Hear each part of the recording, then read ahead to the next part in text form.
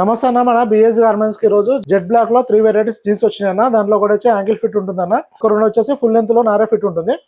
ఈ ankle fit లో వచ్చేసి 28 నుంచి 36 వరకు సైజ్ అవైలబుల్ ఉందన్న. ఇది 38 ఇంచెస్ లెంత్ వస్తుందన్న.